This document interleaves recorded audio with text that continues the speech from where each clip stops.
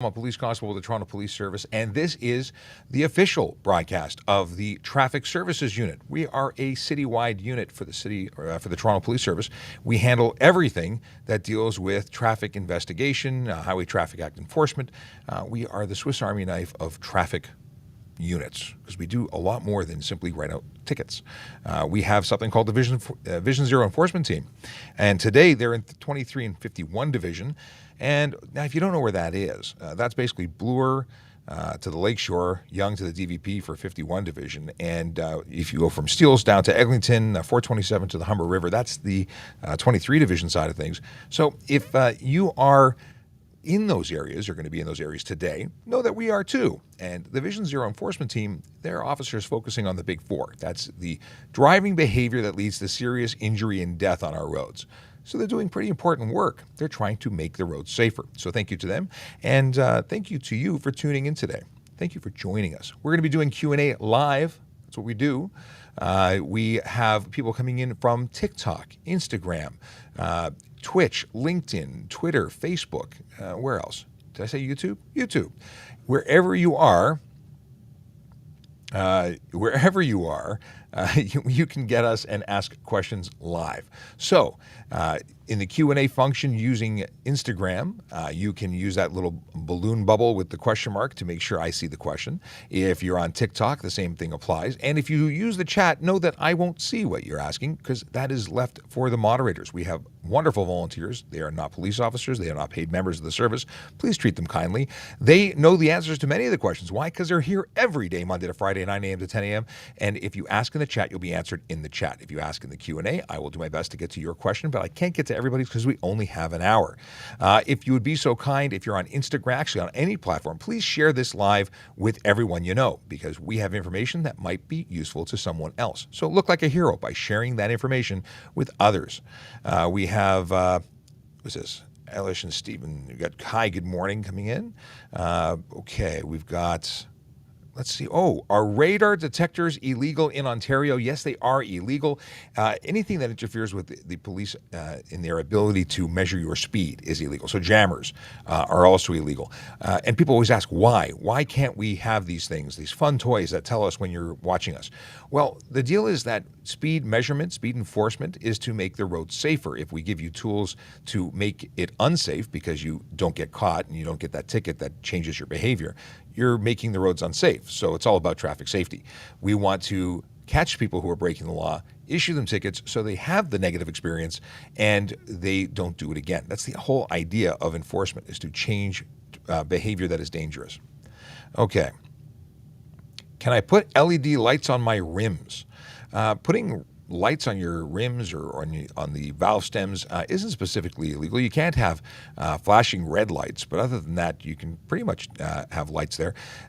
The big thing is you can't project light forward. An accent light is very different, so you have to make sure that you're not projecting light that is too bright and interfering with other people's, safety.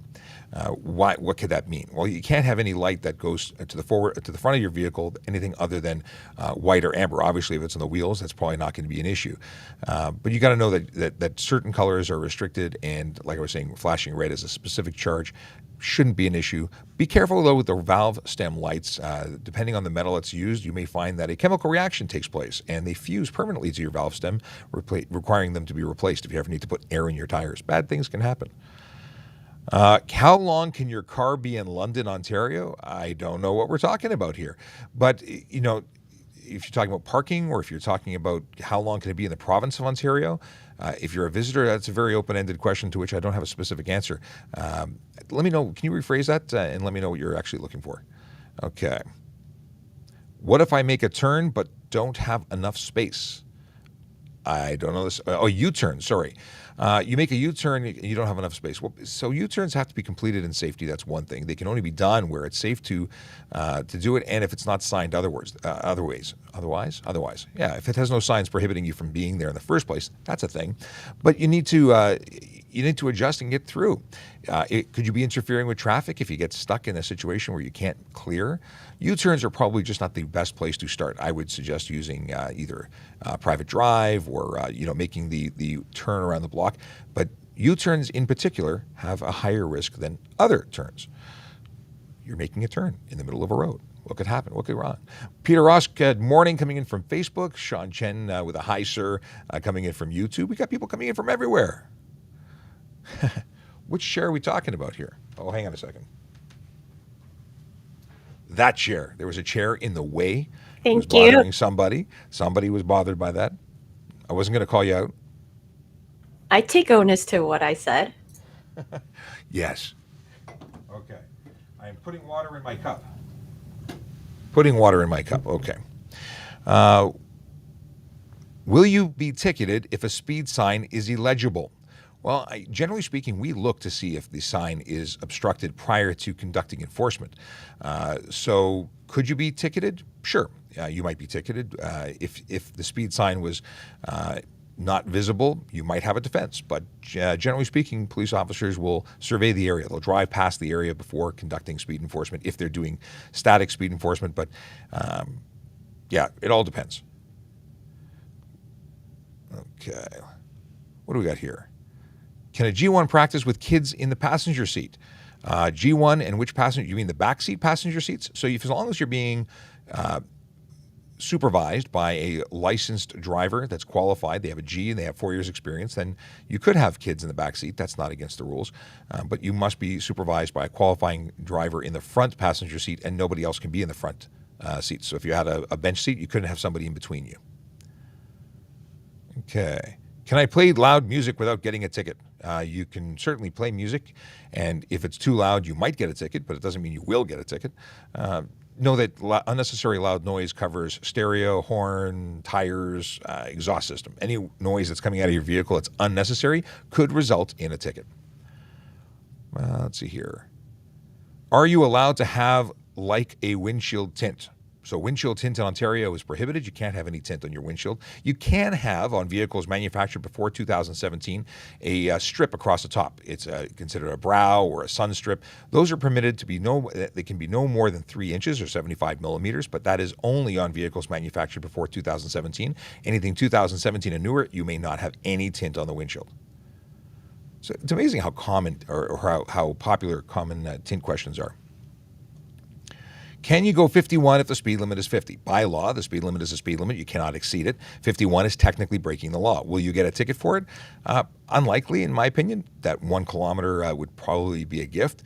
But you could be charged lawfully for doing 51 and a 50.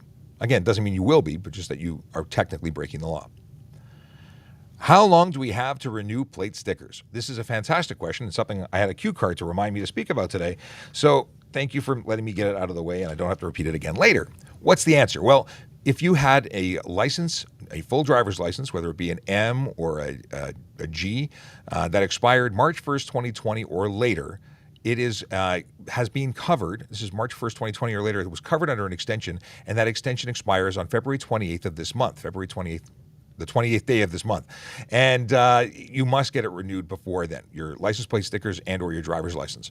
And that is for everyone with a full license. If you have a learner's permit, you have a G1, a G2, an M1, or an M2, you are covered until December 31st, 2022. You have till the end of this year to get through your learning program. But go do it online. It's an instantaneous update on your system. And yeah. Just a reminder to everybody in the chat that please don't be abusive or obtuse is the word being used to describe some of the behavior. Please be kind. We have moderators in the chat. They're not police officers. They're not paid members. They are volunteers trying to help keep it classy so that we can get to everybody's questions. And they do answer questions in the chat. They know the answers. If they don't know the answers, they will bring it forward so I can answer it. And if you want me to see it, make sure you put it in the Q&A section. Just looking into Instagram for a question. I see. Is there any difference in speed limit from the left to the right lane on highway lanes? So no, the speed limit is the same for the entire highway. It's the posted limit. So in the situation of the 401, it's 100 kilometers an hour for every lane. If you're talking about the Don Valley Parkway or the Gardner Expressway, it's 90 kilometers an hour for every lane. There are passing lanes. The left lane is considered a passing lane. If you're not actively passing, you shouldn't be in it. So stay to the right. In fact, I got a call from my friend Mike this morning saying, please remind people about the passing lane. Another tick box I get to cross off my list thanks to Simar. Yeah, the deal is that if you are passing, You're not allowed to exceed the speed limit, but you should be able to do that from slower moving traffic, but use the left lane to do that. So thank you for bringing that up. Let's move on to another question on Instagram. Oh, we got Alan. You. What's that? But who are you? I will get that in one sec. But I want to just say Alan has just sent a good morning, Sean and moderators. Happy Monday. I wanted to get that out. Now I can remind everybody who I am. My name is Sean Shapiro. I'm a police constable with the Toronto Police Service here in Ontario, Canada. This is the official TikTok channel for the Toronto Police Traffic Services Unit, where we answer your traffic and police questions. Now, we are also simulcasting. Not only are we on TikTok with 1,500 people in the room, but we are on YouTube, Twitch, LinkedIn. We are on Twitter, Facebook, and Instagram Live. So wherever you are watching us, thank you for tuning in. If you'd be so kind as to share this live with people that you care about so they can get great information too, we are happy to answer your traffic and police questions for an hour, right until 10 o'clock. Now, we want to get a whole bunch of things out. We talked about Vision Zero already. Hopefully we'll have some information to update in terms of the weekend's arrest. That might come out after the show. We'll see if it comes in time, because I'm waiting for TPS Traffic DC to give us the info. Strike coming in from Twitch. Happy Monday. How you doing? Okay. What percentage of tint is legal? Again, this is one of our popular questions. Tint can be, it depends on the window. So nothing on the front windshield. You can have up to 30% light blockage on the windows directly left and right of the driver. That is the requirement for getting a safety certificate. Truth is, if it's 30% and atmospheric conditions prevent us from seeing inside, if we cannot see into your vehicle at any time, that is actually a charge that you're eligible for called obscuring the interior of your vehicle with tint or colored film, or what is the other option? Colored film or reflective coating. So, yeah, you can't prevent people from seeing inside your vehicle. It's a requirement. But the windows directly behind, so you have the windows in the back seat or the storage area or the rear window, that can be as dark as you want. People always ask about chameleon tint. I see it's coming in from the chat. Chameleon tint is reflective. You can't have that on the driver's sides or the windows directly left and right of the driver. I don't think there's any issue with having it on the back, considering you could drive with opaque windows, completely blacked out. You can't see any light through on the windows in the back, as long as you have at least one mirror view to the rear. So chameleon can't be on the front window, because nothing can be on the front window, and chameleon couldn't be on the windows directly left and right of the driver. Hope that answers your questions. If you need more, we have a video in our FAQ page that gives us more information, and feel free to drop in and ask questions for more clarification. What's it here? People asking about protests. I don't get into protests or political conversation, but if you have questions about motor vehicles and traffic law and general policing questions, happy to discuss it. I am a wheel because I am around. I like that. Wheels are rolling. Are you related to Ben Shapiro? I did a video about that. I am not related to Ben Shapiro for a variety of reasons, mostly because I'm not. But also he's short. I am tall. He has a high voice. I have a low voice. There's nothing I think that would put us in the same genetic room. Let's see here. Are yellow and orange speed limit signs just a suggestion? Yes, they are. They are not enforceable signs. Only the white and black signs are enforceable, but they are shared with you for a reason. It's for safety. So ideally, you should follow them. Okay. Q, anything coming in from the room as I put more water in my mug? Why are you so free? Why don't you do some work? Why are you always on TikTok? I love this question. So I'm not always so free. I spend 1 hour a day, Monday to Friday, answering your traffic and police questions here, because that's part of what I do as a media relations officer and member of the Traffic Safety Programs Unit. Education is what I do. This isn't just hanging out. This is educating. It's actually very important. So why don't I do other things? Well, I work indoors, so I create a lot of content. I post a lot of material. We design traffic campaigns. We do a bunch of different things. Training is one of them. But I appreciate your question. We are here to help the general public in answering their questions so they don't get into trouble for doing things they didn't know is illegal, and further answering questions that are sometimes complicated and often misunderstood. But I appreciate your question. Okay. How lenient are you guys with speed limits? Well, the speed limits are the speed limits. There's no leniency here. The deal is you can be charged for any speed over the speed limit, and the question is, at what point will you get a ticket? That's always, how fast over the speed limit can I go before I get a ticket? That's generally the question. And the answer is, I don't know. Depends on the officer. It's discretion of the individual officer as to what they're going to write when they're out there doing enforcement. Some will say, 5 over, 10 over, 15 over, 20 over, and then they get interested. Maybe they want to write speed tickets to stunt driving. You never know who you're going to get. The real deal is don't speed. Don't speed, because not much will it. Why can't I speak today? It's not about what the ticket's going to be. It's going to be the increased chance of a collision. And anytime you go over the speed limit, you are increasing your odds of being involved in a collision. Is underglow illegal? We always get this question. It's not specifically illegal. However, its use and depending on how it's installed may violate other laws. So that is the deal there. You can't project light forward or back that is anything other than the appropriate colors. So forward, it's going to be white or yellow. Rear, it's going to be red or amber. So if you're projecting color other than that, you could be violating and getting improper headlight tickets and so on. But underglow is not specifically illegal. My suggestion when installing it is make sure that the bulbs aren't visible. That should help you a lot. But ultimately, I wouldn't use it on the road. I'd use it in private property only. Use it when you're parked, when you're stanced. Stanced? Yeah. Okay. Let's see here. What if my headlight bulb goes out? Well, hopefully you have another one. The deal is you need to have 2 headlights in Ontario. 2 headlights are a requirement.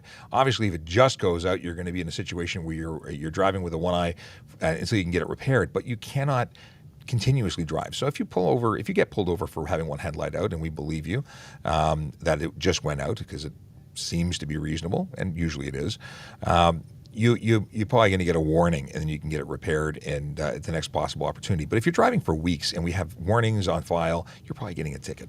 And that doesn't mean you are going to get a warning. You might get a ticket right off the bat. It depends on the officer. Do pedestrians always have the right of way?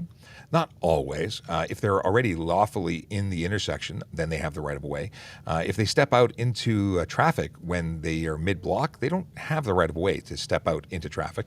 But it's generally speaking, well, it depends on the situation. So yeah, if they're lawfully crossing the road, they're already on the road when you get there, they obviously have the right of way. But again, lawfully. Question about bike mounts and the obstruction of plates and what happens. So if you have a bicycle carrier on the back of your vehicle, you can't obstruct your plates. Technically, you should be relocating your plate, and if at night, it has to be illuminated. So mounting a license plate or a bicycle carrier does not absolve you of the responsibility of having legible license plates. Equally, you can't have dirt and crud on there. If you're driving around and you're picking up snow and debris, you are technically obstructing your plate. Now, we're not unreasonable. It's snowing, the inclement weather. Everyone knows that stuff's going to get stuck to your plates. But when you are at an opportunity, when you're cleaning your windshield at a gas station, clean your plates too. Okay. Can I switch songs on a hands-free device? If you're doing it hands-free, then sure, because you're not touching it is the problem. So if you tell Siri or Alexa or whomever you're talking to that's your virtual assistant that you want to go to the next song, that's voice commands, and there's no issue with that. But touching a hands-free device or touching even a mounted device that's mounted to a phone holder, interacting with it is not permitted. You are allowed to answer and hang up a phone call. That's it. Okay, questions from our from Instagram. Simar wants to know, are tow trucks allowed to drive on the shoulder on a highway? I think it depends on the situation. If you're talking about, are they allowed to speed through traffic when there is volume of traffic and they want to get somewhere before somebody else gets there first, driving on the shoulder is not permitted. But Sergeant Campbell's here, and he happens to know lots of stuff about tow trucks. If they are responding to a blocked highway directly because of a request by police, they sometimes will be escorted up the shoulder or allowed to come up the shoulder when the traffic has come to a complete stop. If they're just racing to a crash because they want to be the first one on scene, absolutely not. And we see that on occasion, and officers do pull them over and charge them for doing that. Absolutely. They're more dangerous sometimes than everybody else driving on the road because you're not expecting somebody to come up and pass you on the shoulder or, And usually they're traveling at quite speed. Yeah, it's not a safe situation, and that's Sergeant Murray Campbell, who happens to be our towing and impound sergeant, as well as a media relations officer in our office. Okay. Are snow removal allowed to have amber lights? And I think you mean flashing lights above. Snow removal has a wonderful blue signal that's reserved for them, but amber lights are not against the rules for them. Amber lights are a hazard light, or any way of suggesting that it's for safety. Blue lights, Sean, are only for use on snowplows when they're actively snowplowing on the road. And even though they might be a private company snowplowing, they have to be under contract to the municipality that does maintenance on the road. Get out. Okay. So, the guy in the pickup truck who does, parking lots, stuff like that, cannot have a blue flashing light as he's driving down the road because he's not actively engaged in it and he's not being paid by the this municipality to do it. You know what? I learned something today. I would have thought that it would be all snowplows, but that makes total sense. That when it's they're doing work on behalf of the city, they're actively engaged as a snowplow, clearing the roads.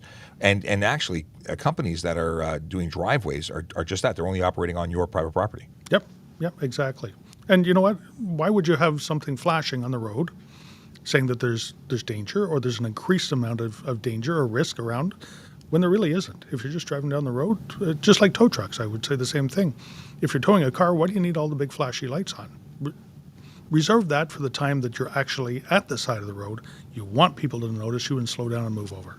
That goes to people who turn on their hazard lights when they're driving in a rainstorm because they think it's safer. It's not an appropriate use, and it confuses some drivers. So, yeah, using your any communication tool, and that's what flashing lights are. Use it appropriately, so that, that cry wolf concept. It doesn't exactly. lose its value. You don't see fire trucks driving around with their lights on all the time unless they're actively going to an emergency. There you go. Stock 3 mufflers, cut 2 out, legal. No, if you have 3 exhaust pipes, you must have 3 mufflers. If you bypass 2 of them, those are not legal. So you can get charged for the noise, you can get charged for the improper mufflers, absolutely. Who is talking off screen? I thought I covered that. That's Sergeant Murray Campbell. He is our towing and impound sergeant and a media relations officer as well. Until what age is a child booster seat not required? So I think you mean at how long do you have to keep your kids in child restraints? Well, according to the law, you can be charged for having any. They're required to be in the seat until they're 8 years old, 80 pounds, or 4'9" in height. That's the minimum requirements to sit in a seatbelt. But it doesn't mean it's the safest option. Safety checks, there's actually a 5-point check, and a couple of those things are like if they sit at the back of in a seat without a booster, and their back is properly pressed against the seat, do their knees meet the crease, or do your knees bend at the edge of the seat? Because you don't want your child's seat, their feet facing forward. That would be very dangerous in a collision. So the deal is that minimum requirements are for not getting a ticket, but safety requirements go above and beyond that. You know what? There's no rush to get your children out of their car seats or their boosters. It's for safety. It's because the seatbelt's built for an adult-sized person. So if you are smaller, then the seatbelt could actually hurt you, and you want to reorient them. I don't think that one's plugged in. If you give me the wire, I'll put it back into the mixing board. Sorry, we're just getting all suited up here. There we go. Okay, so yeah, safety is key. So my kids will be there until they're 103 because I'm paranoid about, making sure they're safe when we're driving. So I bought them a convertible seat that will convert into a booster seat, and it's good until they're 110 pounds, well above the 80 that's required. Even if they don't like it, they're going to be in it because that's going to be the cost of driving with dad. I will do what's safe, not necessarily, changing my plan as early. Let's see here. What if, let's see here. Can you take someone's car permanently? I think that's called theft. If you take someone's car permanently. Do you mean if you borrow someone's car permanently? Someone can lend you their vehicle. Insurance requirements would suggest, can I take someone's car permanently? In terms of seizing it. Well, I kind of thought that's what they meant. I didn't know what they meant. Can you? Well, we seize things for the purpose of investigating, or we seize it based on authorities provided under the Act for certain things. So for stunt driving, we can seize it for 14 days. We can seize it and hold it as evidence in relation to a trial or charge. Could we seize a car indefinitely? I don't know when that would come to be. The only circumstance that I can think of is if it was fraudulently registered. So it was a stolen vehicle. It was fraudulently registered with a fake VIN number, and we pull you over, do an investigation, find out the vehicle actually belongs to somebody else. You've paid good money for it. You've paid it to the fraudster, but unfortunately, we can't give it back to you, even though you paid for it, because it does belong to somebody else. And Q's qualifying and saying property attained through proceeds of crime. Is that a situation where we could be seizing? Yep. So that there is something there potentially. Yeah. Is wrapping or modifying plates illegal? Yes, it is illegal to modify or wrap your plates. Wrapping plates being, there's a video that's going around. It was a really cool wrap. Somebody in California was putting a carbon fiber wrap and replacing it so it looked like a funky actual plate. I've seen cars from the States that have representations, vinyl stickers on the front bumper of the car. That's not legal in Ontario. You have to have the actual plate or both plates displayed. And can't cover any portion. Right. So nothing. No frames, no I bought my car here frame, and Q is not a cop. Q wants to clarify she is not a police officer. So you can't cover the plate in any way, shape, or form. You can't have a cover, even if it's clear. Technically not legal. Okay. Let's see here. Do game wardens have the ability to pull you over? There are park wardens that I believe have authority in their parks, but that's it. They don't pull people over on the road. Ministry of Natural Resources officers do have the authority to pull you over In relation to offenses that... for the purposes of enforcing the acts that they're in. And they have an awful lot of powers. Sometimes when you're found to be in contravention of those acts, they can seize your vehicle too. Yes, they have incredible powers when it comes to those things. You know, you go hunting or fishing and you take too many fish and they find you in violation. I think they can just take everything. Yeah? Take your truck, take your fishing rods, take your boat, take everything. Reasons I'm not going fishing. No, And I believe even too around the rail lines. Oh, we're not hearing you on the mic. I believe too around the I hear rail her. lines. Anything that happens around the railways, if they're the CP police, they also have certain authorities as well. So if you're an officer, a law officer in Ontario, then you have certain regulations and things that you can do. So it just depends on where you work. Absolutely. Yeah, at the end of the day, if you see flashing red lights, it is in your best interest to pull over and find out what's going on. Because, even if, people say, well, it's a park warden, maybe it's not related.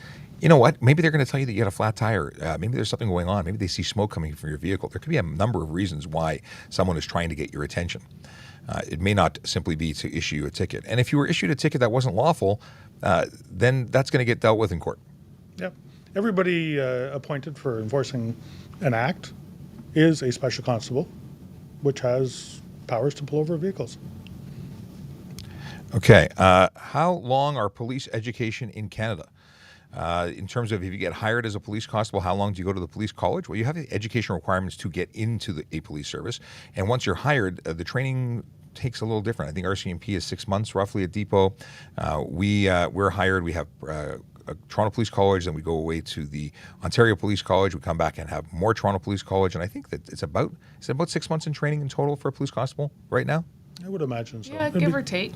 Each service is going to vary slightly, but everybody in Ontario goes to the Ontario Police College. Okay. Do I have to pay for the new plate if the paint peels? So if your paint peels within 5 years, it's covered under warranty, so you can take it back to the ministry and have it exchanged. It shouldn't cost you anything. But if they are not covered for some reason, it would be, I believe, $52 to exchange plates.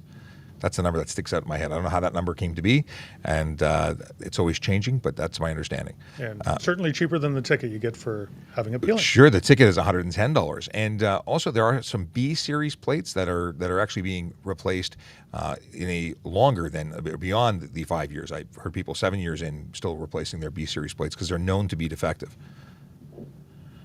Let's see here. Does the Toronto Police or the department approve of tattoos? I think as long as they're not offensive, they're not. Obviously, there are people who have tattoos that are police officers, and I don't know what the criteria is. I believe it's that as long as they're not offensive. But I'd have to check with recruiting. That would be a great thing to ask a recruiter. If you go to www.torontopolice.on.ca/careers, everything you want to know about policing is there, and contact information to the recruiting department. Okay. Can a 7-year-old, sit in the front passenger seat with a booster? So we suggest that passengers stay in the back seat until they're 14 years old, and then they can safely come to the front seat. The deal is 7 years old, there's technically no requirement for age for sitting in different locations. If you have a 2-seater car, technically you could. But there's this wonderful thing called an airbag that is meant to keep you safe in a collision. However, it could injure a child. People say, well, my 7-year-old's very tall, very big. That doesn't mean their skeletal system is developed to the point where they can withstand a deploying airbag. It's just not the best choice for safety. So while it may not be illegal, it is putting your child at risk. So 14 years to the rear seat, in the rear seat or back seat until they're 14 is ideal. Okay. Can you verbally address this, please? I Plate don't know. covers, clear, colored frames, are they legal? None of those which you have just mentioned are legal. You cannot obstruct any portion of a license plate in Ontario. That includes a clear cover, a tinted cover, a colored cover, a frame that only covers the edges. No cover is technically legal. Now, are we actively pulling over every single one of them? I can't say that we are. Our focus is on the big four. That's the driving behaviors that lead to serious injury and death on our roadways. That's why we have something called Vision Zero Enforcement Team. They're a group of officers that focus on those driving behaviors, the big four. But I can tell you that if you are pulled over for one of those, or if it's where you cannot see your plate at all, then obviously you can be charged. Now, you can be charged. I'm just saying that our focus is on things that are more serious, which is why you may or may often see plates of that nature on the road. My goodness, if we did that as a focused drive, we would do nothing but pull people over. Oh, yeah. Because every car has it. Yep.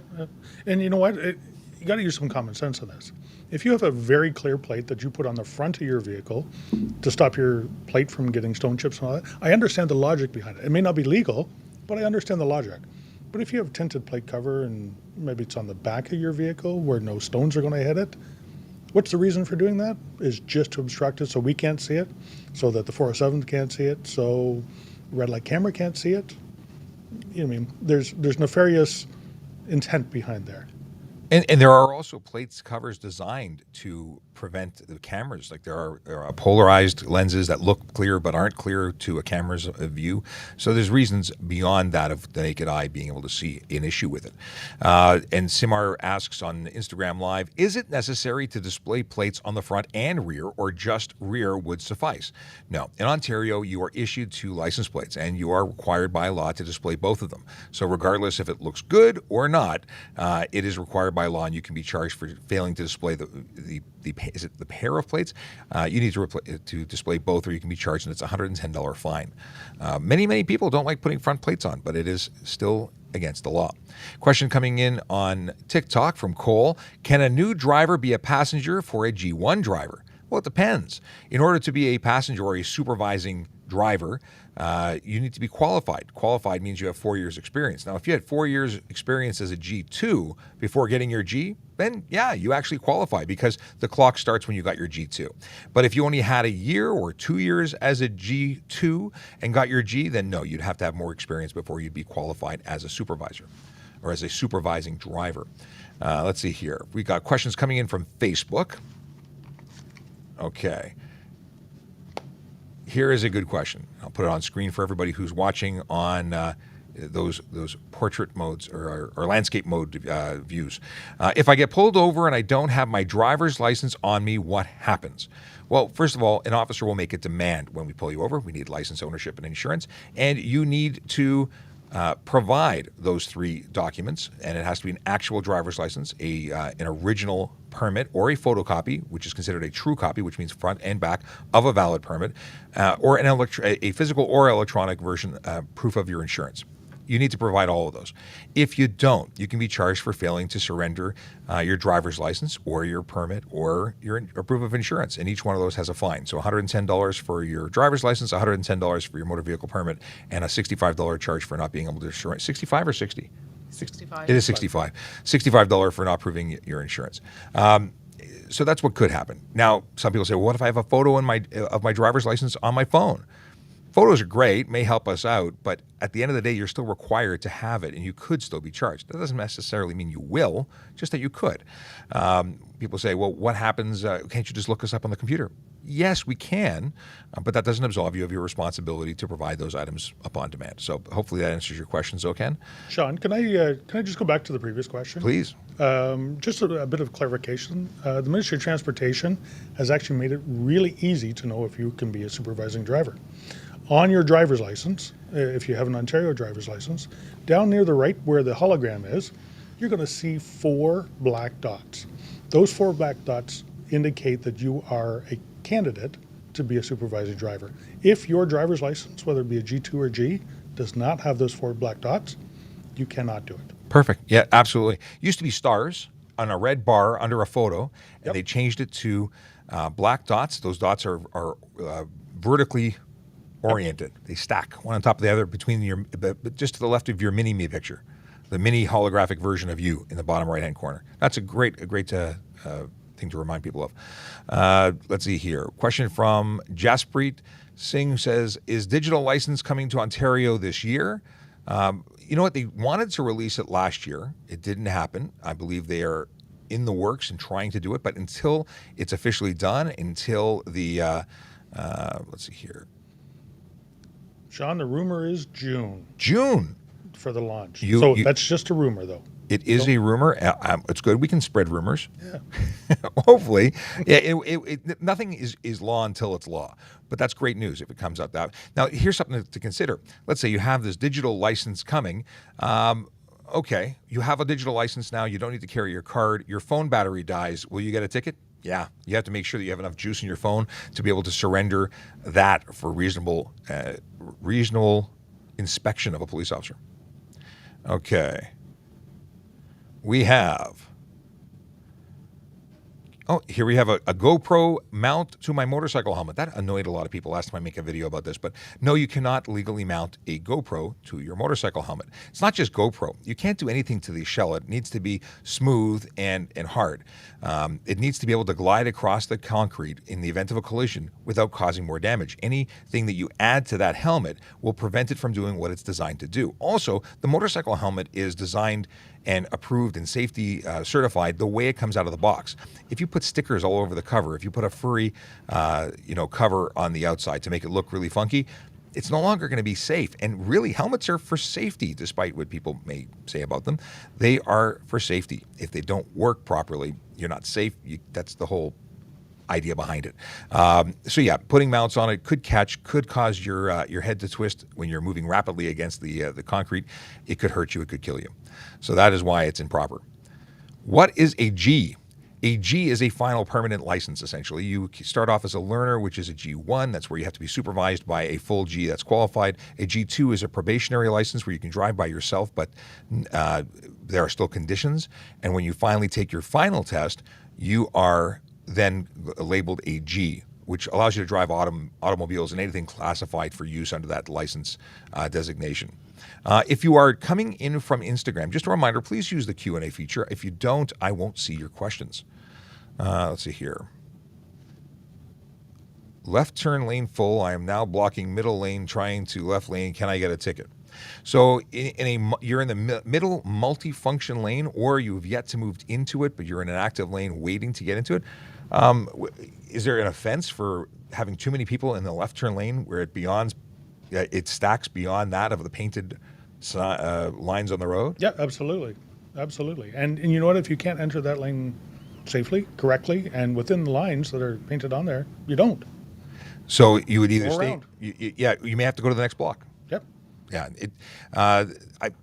I don't see that very often anymore. Now I see people who drive down the center of a multi-lane road because they think that it's a way of getting ahead of all the traffic, and it's not safe. But even stacking up there. And unlawful. And unlawful. There's a charge for misusing that center lane. Yep. Okay. Let's see what's going on here. Can you put a sticker on them? We're really all about motorcycle helmets this morning. Stickers on motorcycles, same thing as putting a GoPro. Same thing, technically, as putting on a furry helmet. Technically, you're changing the outside. Could you make it improper? Yes. Are we actively pursuing stickers or decorations? I don't think so. But technically, to the letter of the law, I think so. That it would be technically illegal. Yeah, I've said technically a lot. Let's see here. When is it unlawful to cross the road? Well, against the signal is unlawful. It's not unlawful to cross mid-block, although it is dangerous.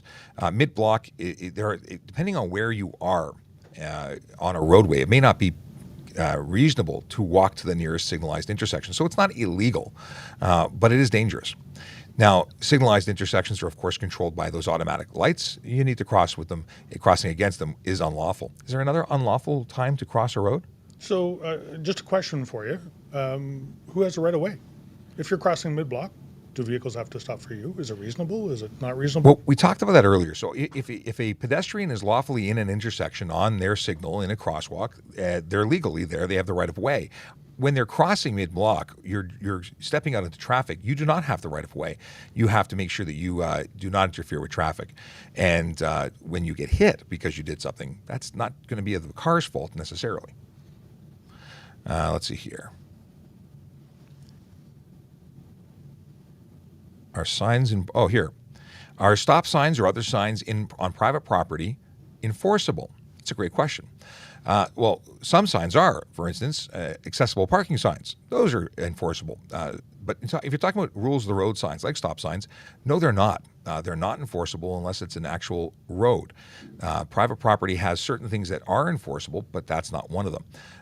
Things that are enforceable, for instance, under the Highway Traffic Act, stunt driving is now enforceable on private property. But simple things like signs, generally not. For the most part, on private property, no, they're not. There are some instances, like GO station lots, where Metrolinx has their own laws, and they are enforceable under the Metrolinx Act. So that's very specific. And TTC as well. TTC, I'm not sure about signs, but I know they have a bunch of laws. Yep, they have their own act that applies to their properties. So. Mm-hmm. Pretty much the safest thing to do is, even though it may not be enforceable on private property, just do the right thing and stop at the stop sign.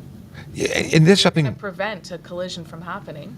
Why not just obey them? And you are responsible for a collision if you cause one, regardless of what the sign said.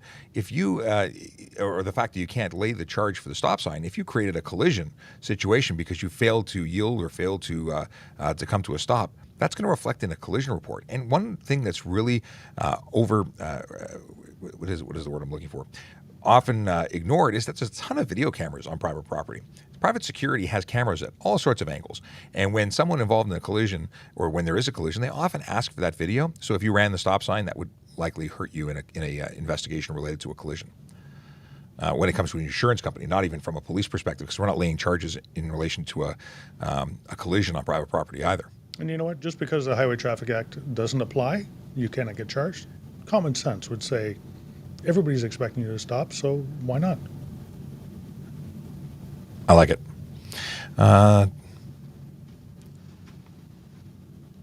What's the I'm going to rephrase this. Before I do that, just to introduce to myself and the voices that you cannot see faces with. My name is Sean Shapiro. I'm a police constable here at Traffic Services. This is the official channel for Toronto Police Traffic Services Unit, and I'm working in the Traffic Safety Programs Office. Joined on microphone but not on camera, or joining me I should say, is Sergeant Murray Campbell and Sergeant Melissa Kulik. They are the sergeants up here in the space that we call, what do we call it? Here. It is here. You know what, Sean? We don't get an opportunity all the time to join you. But when we have a few moments to come in, we always love being part of the show. It's awesome, and I really appreciate it. And this is perfect because when I go on vacation in a week, you guys can just take over. Sure. Why not? As long as we have Q to help us. Yes, right. What is the fastest you've? What is this? How fast have you got for the speeding cam? Heather Cannon's just. Let's see here. So speeding So if you're talking about the automated speed enforcement cameras, we don't know the exact number. We know that it's above the speed limit, which is somewhere that you shouldn't be going. You shouldn't be traveling anything over the speed limit, and it could take a picture at any time. But I don't know the exact number, mostly because they don't want me to tell anyone. They don't want us to know either. The deal is don't speed. I think they were asking what's the highest number somebody's got. I wasn't sure so if we go back to the other side of what's the fastest speed we've ever stopped someone, is that what you thought it was? No, I think it's probably, and we wouldn't know that information. It gets captured by the City of Toronto and Toronto Transportation. Oh, I see what you're saying. To see what the highest speed was on a speed camera.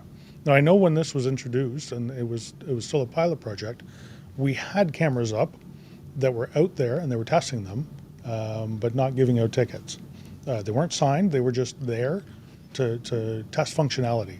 And I know they got some incredibly ridiculous speeds.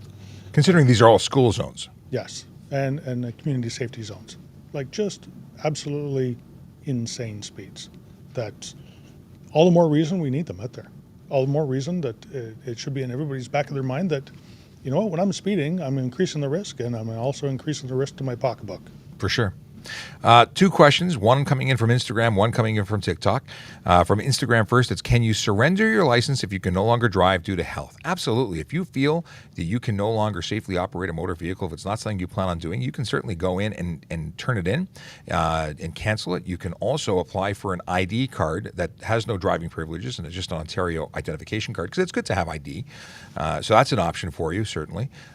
Now, the second question is coming in from TikTok. Is a lift kit legal?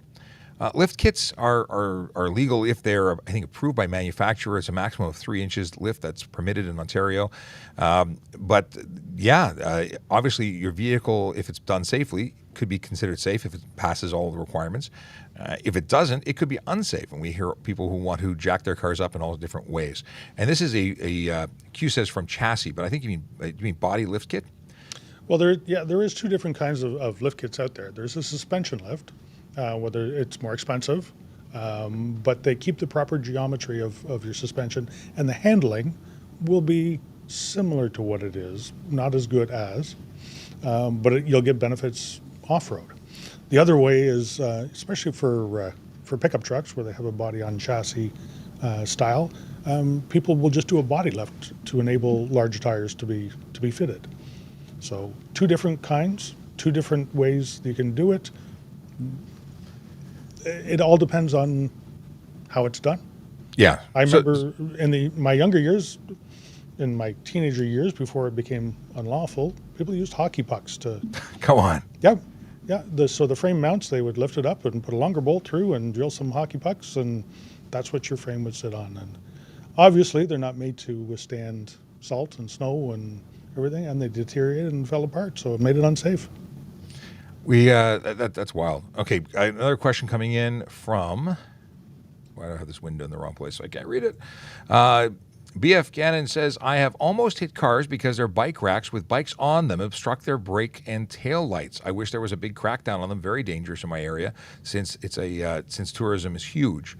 So obviously, if you obstruct your license plate, if you obstruct your brake lights, that's improper and it is dangerous, and they could be charged for that.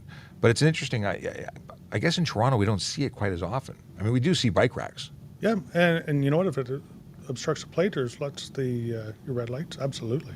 Yeah, there is no... Sorry, go ahead. Sorry, I was just going to say, and there's a distance that is maximum allowed to be out the back. And if it does exceed that, it has to have its own light on it. In terms of the actual bike rack. Yep. Has to have a light on it, yeah. Yep, depending on how far it sticks out the rearmost of the vehicle. I think that's a common belief, or there is a common belief, that if I'm transporting bicycles, then I'm exempt, because how else would I transport bicycles? There is no... You're buying something off over the counter. It doesn't mean that it conforms to rules. Doesn't mean that it's that it's permitted. It's just a tool. It's a great... We could do a whole show on bicycle racks, I think. Yeah, absolutely. And you know what? The bicycle rack manufacturer doesn't know where your license plate is or what vehicle you're driving. Just that you have a trailer hitch and you can put it on there. So, here's a good question coming in from Twitch. Pro Football Craze says, speaking of switching music while driving, a lot of newer cars have those buttons on steering wheels. Is that legal? So handheld communication laws are specific to using your cell phone or entertainment device in your hand. If you're touching a button that's connected to the steering wheel that interacts with the manufactured buttons, is it distracted? Sure, it's a distraction to do anything other than focus on driving. But it's not illegal to change the volume of your stereo, whether you're using the knob or a steering wheel button. In fact, it's probably safer because you're not taking your hands and looking down. You would likely know where your buttons are. Know where your buttons are. Also, there's certain apps you can use to cast your phone right onto your in-car entertainment system. So the radio system, Android Auto and Apple CarPlay. Great apps to use. Ryan Pinn comes in from Nova Scotia. He's a driving instructor out there. Says, good morning. I saw some license plate lights were super bright. Wow, that was distracting. Yeah, bright lights on your license plate. You're not allowed to project light on your license plate to the rear, anything other than red or amber. So if you have a license plate light, which must be white, is not a projector bulb. It's supposed to be 3 lumens or greater, but there's got to be limits to that. So if you have a super bright bulb and you're blinding people, that's a problem. But I don't know, is there a charge for too bright bulb for a license plate? More often than not, I see ones that are colored, and that's against the rules. You can't have different colored license plate lights. Now I got to look to see if there's an improper license plate light charge. Well, you know what? To display white light to the rear means you have to be going in reverse. Yes. You would have improper reversing lights. If it's projecting. If it's projecting. Yeah, because you have license plate light bulbs. They're pointing down, just intended to illuminate the plate themselves. But I do see some wild and wacky things. So I agree, Ryan, it is distracting because I notice all of them. Because you can't help but notice them. Okay. Is wrapping your car a different color legal? Well, yes, it is legal. However, when you modify the color of your vehicle, it changes the description, and you must update the Ministry of Transportation with the new color. So if it's substantially, if you put a stripe of blue on it, that doesn't mean you have to update it. If it's substantial, however, you now have a two-tone car, you do. You need to turn it into a multicolor description. If it is a totally different color, again, you need to change the color. Or expect to be pulled over and have that checked a lot, because we are often looking for vehicles of one color. Check your license plate and it comes back with a different color. That might be somebody else's plates on a stolen vehicle. So we do investigate. That is what we call a clue more often than not. So you have 6 days once you've made a change to make the report. Okay. How cracked can your window be? How about zero cracked?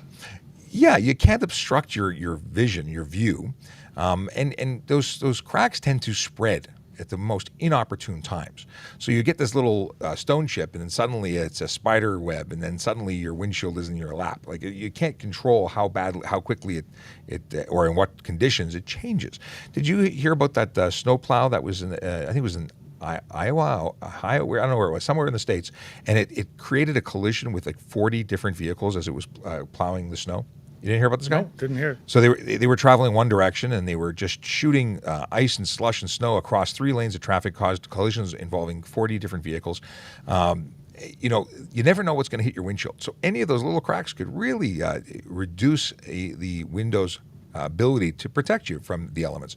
So yeah, any crack, you should have it repaired and or replace the windshield. Your windshield's part of the structure of your vehicle, and any degradation to it would affect the structural integrity of your car. So that's the answer for how cracked can your window be. Let me see here. We got questions from Instagram. So C-Page wants to know about stop signs on private property. We covered that a little while ago. They're not enforceable by anyone, not just police officers. Let's see here.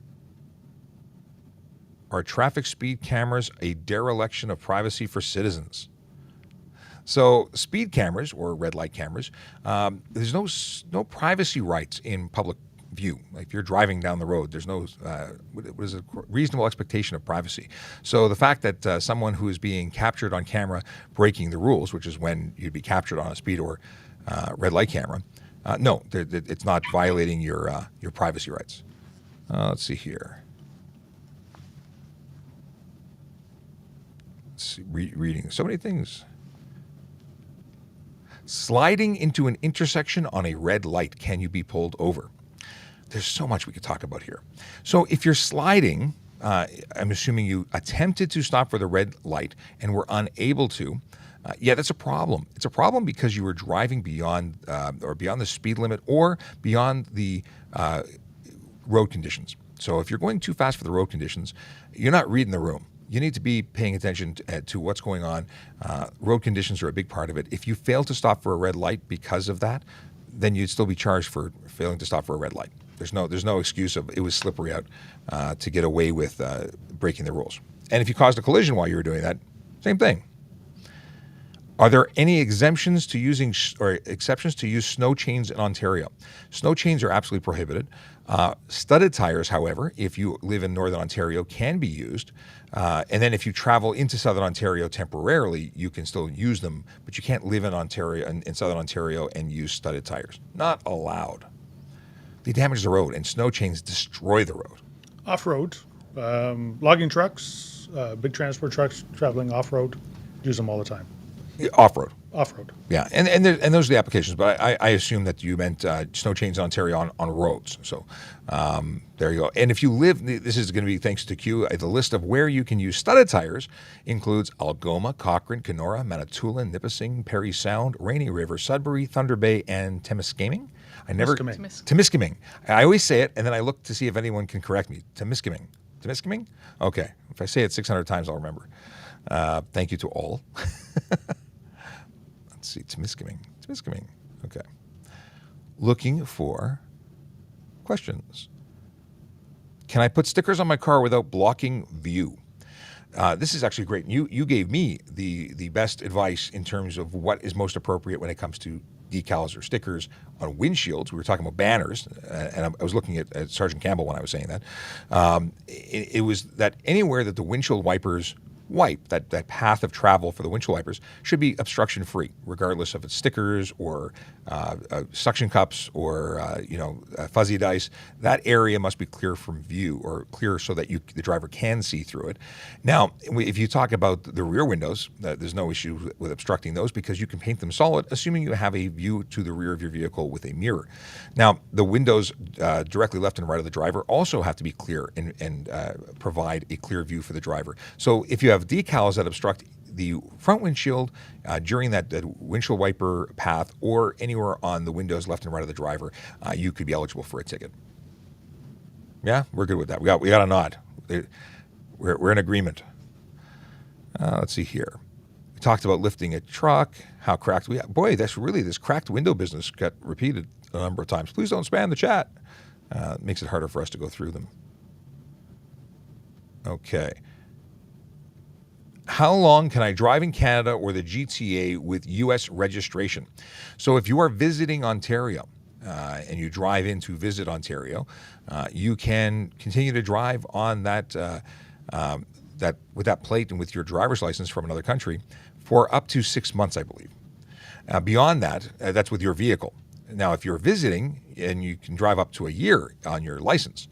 But if you become a resident in Ontario, the moment you become a resident, you're required to apply for an Ontario driver's license within 30 days. So within 30 days of becoming an Ontario resident, you need to register your vehicle here and apply for a local driver's license. And that's every province is different, but that's for Ontario. Let's see here. If someone rear-ended me and because of that I hit another car, am I guilty even if I left enough space? So it depends. It depends. It depends on how close you were. Potentially, you could be responsible for the car in front of you. It depends on how many bumps were there. Is usually the look. But how would you? I would say no. If you left enough space, it was reasonable. But somebody, because of their velocity, came up and pushed you into them. It is the fault of the first person who didn't stop, who ran into the back of you. I've had a situation where the car in the middle wasn't holding their brake. So when they got hit, the first one, they just rolled right into the second one. Would that change anything for you, or would that still be the person behind? Hard to prove. True. Hard to prove. And an awful lot of cars now have the features on them where you don't actually have to keep your foot on the brake. It's a brake hold. It's a brake hold, and you can sit there. I have one in my vehicle, and I never trust it. Is that a hill holder function? Two different things. Oh, really? Yep. Yeah. So I've never turned it on because I just don't trust it. I don't have that feature. I've never heard of it even. Yep. Okay. So we already covered this one. I can delete that.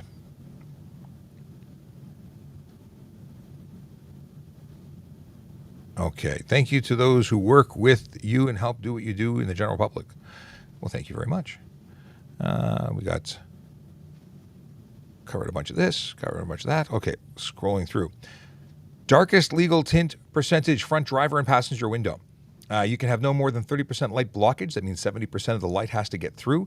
And that does not prevent you from getting all charges, but that is the minimum for safety. To be licensed for the road, that is the maximum amount of tint. Now, if we cannot see the driver inside because of atmospheric conditions, in other words, it's dark outside, we look in, we can't see anyone, could you still be charged? Yeah, technically you can, even if your tint is the right thing. So dark tint is great. You know what? It keeps reduces the solar load in the car. It keeps cool. However, if it's beyond that of a legal limit and we can't see inside, there are issues. It's issues for pedestrians, for other drivers who are trying to have those nonverbal communication cues by looking at you. If they can't see you, it's a problem.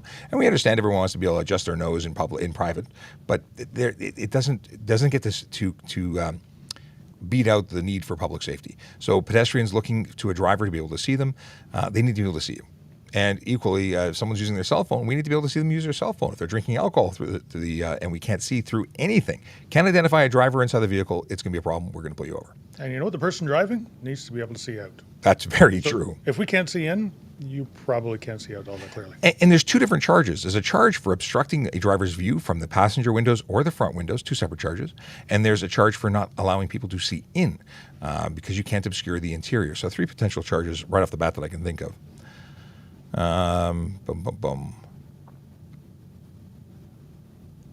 When does a detective put on their uniform? Well, so detectives, if you work in a detective office or an investigative office, you would be a sergeant holding the role of detective. That's they changed the name while you're working in that office. If you're a police constable, you're a detective constable while you're working in that office. But there are times whenever we are called out to be in uniform, and if you change your uniform, you're wearing a uniform, because there's certain duties requiring that of a uniform. But whereas I guess a lot of people make this assumption, because in the NYPD, as a good example, because that's who's on TV the most, if you're a detective all the time. Your shield says detective on your uniform, even if you're in uniform. Yeah, and I don't know much about their organizational needs as to when they would do that. Okay. Croissant says, "Oh no, I missed the stream." You did not miss the stream. You were here. Although we are actually over time, so we'll take one more question and then we're gonna shut her down. Strike wants to know, and put it on the screen. I use my hazard lights in poor visibility situations, especially on the 400 series highways, to notify other drivers I'm slower than the speed limit. Is this the correct use of hazard lights? We have a lot of opinions on this. I don't like it. I personally don't like it. I think that hazard lights are for vehicles that are pulled over to the side of the road and not moving. So I understand that they're not moving, and that's how I interpret it and how I expect to see my hazard light flashing cars. I expect them to be not moving. When they continue to move, it's very confusing. But I understand and appreciate that if you have a disabled vehicle or you're going much slower, that you might think that would be a good idea. What are your thoughts? I agree with you, Sean. If you have a situation where you shouldn't be driving, you should be not driving. If you feel the need that you have to put your hazard lights on, you shouldn't be there in the first place. Just like tow trucks, just like emergency vehicles, if you had flashing lights on, including your hazard lights, I expect you to be on the shoulder. Now, if all traffic, because you can only drive as fast as you can see. So if you're doing 80 and 100 because it's thick fog, that doesn't mean that you need to put your hazards on, because everyone should be driving pretty much in the same way. But putting those extra flashing lights could actually make it more difficult for people to see, because those bright lights flashing in their eyes. Yep. And you know what? In Europe, cars are manufactured and they do have brighter rear lights for exactly those circumstances. We don't have them in North America because, I don't know, it was never made regulation, never mandated. So. There's all sorts of extra safety features in European countries that make a lot of sense. But talking about brake lights in particular, this is one of the reasons why we tell people, do not tint your brake lights. When you tint your brake lights, you make yourself even less visible. There are people who want to add custom. What just happened here? They want to. I flashed another question on the screen. Yeah, they want to make it look cool, but they make it so unsafe. And I don't think people look far enough ahead to say, one day I could be in the fog and maybe cause a collision because I'm less visible. Brake lights are for visibility. I don't know any reason somebody would want to make it harder for the car coming up behind you to see you. Yeah, no Doesn't kidding. make sense at all. BF Gannon says, isn't it something like 30 or 40 kilometers an hour under the speed limit is when you need to have hazard lights on? There's no law that says that, at least not in Ontario. And again, if you're doing 30 to 40 kilometers an hour under the speed limit, under regular conditions, you could be charged for unnecessary slow driving if you're obstructing the flow of traffic. If you are doing 30 to 40 kilometers an hour under the speed limit because of atmospheric conditions, fog, that just may be what everyone should be doing, because if you can't go faster, they can't go faster either, because nobody can see. If you're doing it just because you're nervous, then maybe you shouldn't be driving, like, honestly. Or if you have a hazard with your car that you have to drive slow, Get you a shouldn't tow be on truck. the highway. Yeah, if your vehicle is incapable of going faster, that is a situation where you shouldn't be driving it. Like, don't take a car that won't get out of first gear on the highway. Get a tow truck. That's just unsafe, and you can be charged as such. Jason Davies says, "Good morning." Cool. We are calling it. It has been an hour. It has been an hour and 6 minutes. In fact, it's been a blast. We will be back tomorrow, 9 a.m. to 10 a.m. Have a wonderful day. Stay safe, everybody. If you've got questions, drop them in the Q&A. We'll hopefully get to you tomorrow. All the best.